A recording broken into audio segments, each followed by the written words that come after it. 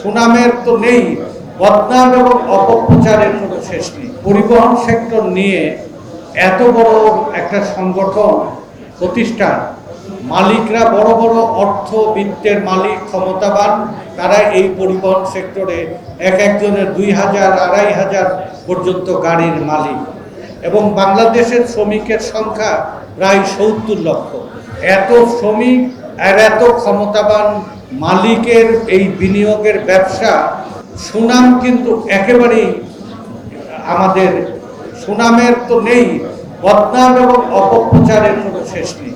পরিবহন মালিক শ্রমিকদের সম্পর্কে সমাজে যে বদনাম, সে বদনামের কিছু অংশ আছে, আর বেশিরভাগই আছে অপপ্রচার।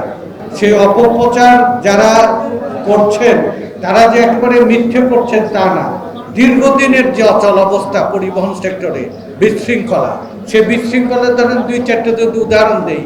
ঈদের সামনে যাত্রী টানাটানি করে একটা গাড়িতে মালামাল তুলে ফেললেন, আর একটা গাড়িতে যাত্রীকে তুলে ফেললেন।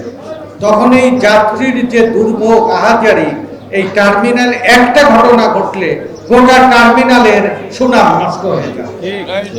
যদি টার্মিনালে মলম পার্টি আসে এই ঈদ মৌসুমে, এবং যখনই কোনো মানুষের সমাগম বেশি হয়, তখন এই মলম পার্টির আমদানি ঘটে। এই মলম পার্টি যদি মালিক এবং শ্রমিকরা যদি প্রতিরোধ না করে, এই মলম পার্টির যে সমস্ত অপকীর্তি, তার দায় মালিক এবং শ্রমিক এবং লোকাল পুলিশের উপর এসে পড়বে।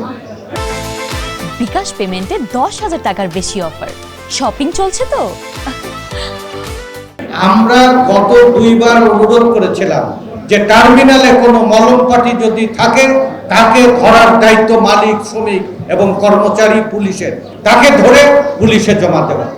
যদি কোনো ছিনতাইকারী, যদি টার্মিনালে মালিক শ্রমিকদের আমাদের নলেজের চোখের বাইরে কোনো কিছু ঘটতে পারে না, যে অপকীর্তি এবং যে বদনাম আমাদের ঘাড়ের পর পড়বে, সেই বদনাম আমরা এইখানে বরদাস্ত করব না, চলতে দেব না। তাহলে এই বদনাম থেকে আপনারা অনেকাংশে রেহাই পাবেন। ধরে নেন যে আমার কি, আমি তো এখানে করছি না, কিন্তু এজ এ হোল এই পরিবহনের সাথে যারা জড়িত, মালিক, শ্রমিক, নেতৃবৃন্দ, তারা পর্যন্ত পরিবারের কাছে, রাষ্ট্রের কাছে, সরকারের কাছে, প্রশাসনের কাছে আপনাদের কিন্তু সুনাম এবং মর্যাদা সেভাবে পান না। মানুষ অগোচরে খুব সমালোচনা করে। পরিবহন মানে চাঁদাবাজ, পরিবহন মানে মাফিয়া, পরিবহন মানে যাত্রী জিম্মি করে, পরিবহন মানে মানুষের ভোগান্তি এবং দুর্ভোগ তৈরি করে। তাহলে এই ঘটনার সাথে তো সবাই জড়িত না, মালিকও জড়িত না, সাধারণ শ্রমিকও জড়িত না। তারা তো অনেক পরিশ্রম করে, তাদের সংসার চালানো পর্যন্ত দূর হয়ে যায়।